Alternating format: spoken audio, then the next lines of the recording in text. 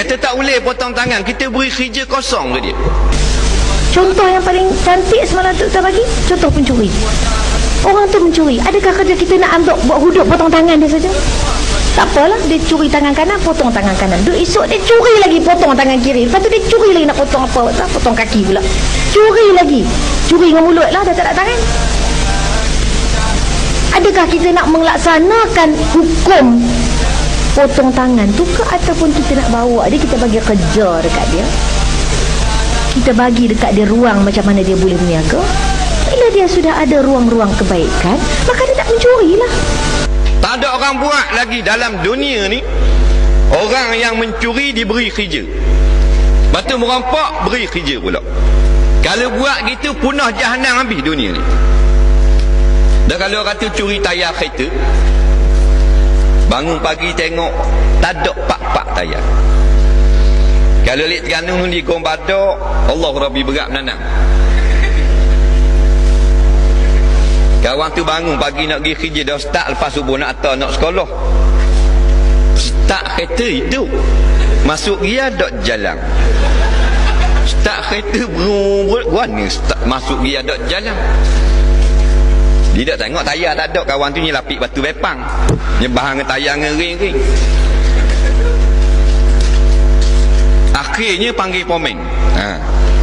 Dia dah baiki sendiri, yang ni bagus kan ni. Jangan baiki sendiri kalau tak pandai. Panggil pomeng. Pomeng mari siap buka bonet, tengok enjin. Teh apa semua molek, dia terkebur kereta molek, tali kipas molek, pelik dak goges sikit, buana dak jalan. Bila cerah dah tanah, pomeng kata lah tak ada tayar.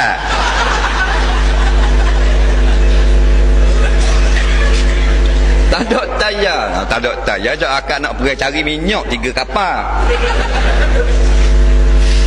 Ni curi tayar. Baik, bila curi tayar, mengikut kata Masyitah ni, bukan Masyitah, Masyitah. Masyitah molek. Ni dengan te. Ditangkap curi tayar kereta, maka diberi kerja kedai tayar. Pasal kepakaran dia curi tayar, kerja kedai tayar. Kayak dia ambil pula tayar dalam kedai. Hak kerja ropok bank, diberi kerja sebagai jaga bank. Hak menipu pitih dalam bank, dilantik sebagai pegawai bank. Akhirnya hacul lebu habis, punah jahanam tak ada. Kita royak ke seorang pegawai polis, suka seluk dia. Dia kata tak aja dengar bodoh gini. Tak ada orang buat.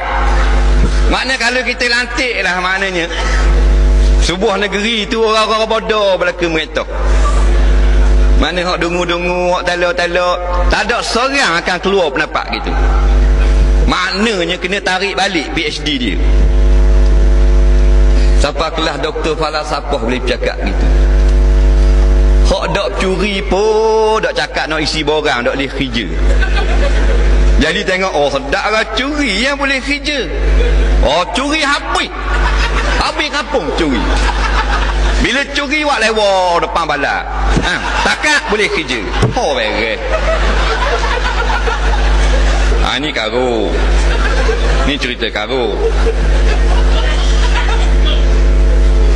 Cerita tu malam ni. Rosak. Bila orang alim tergelincir, rosak. Sekarang ni ramai mana orang alim yang bertaraf ulama, yang mengaji agama, lulusan Azhar Mesir, Jordan, Syria, terbahagi dua. Ada yang menjalankan tugas dengan baik, menyampaikan apa yang wajib kepada manusia. Satu golongan lagi mendiamkan perkara yang tak patut mereka diam. Diam itu dikira syaitan bisudah, apatah lagi bersuara untuk menafikan apa yang wajib. Sepatutnya ulama-ulama ni dia bercakap, bila dia bercakap orang dengar, dia bercakap orang makin yakin dengan hukum Allah. Ini dia mengeluarkan perkataan susunan ayat. Bila orang dengar, orang makin tak yakin dengan hukum Allah, mempersenda-sendakan, tak percaya habis orang bila dengar lagu tu. Betul sungguh, baik kita beri kerja. Jadi orang yang ada sikit-sikit keyakinan kepada hudud jadi tawar dah. Ini bukan tugas orang alim, ini tugas syaitan, mendatangkan syak wasangka di dalam dada manusia. Maka jikalau alim itu menjalankan tugas syaitan, maka dia adalah ulama syaitan.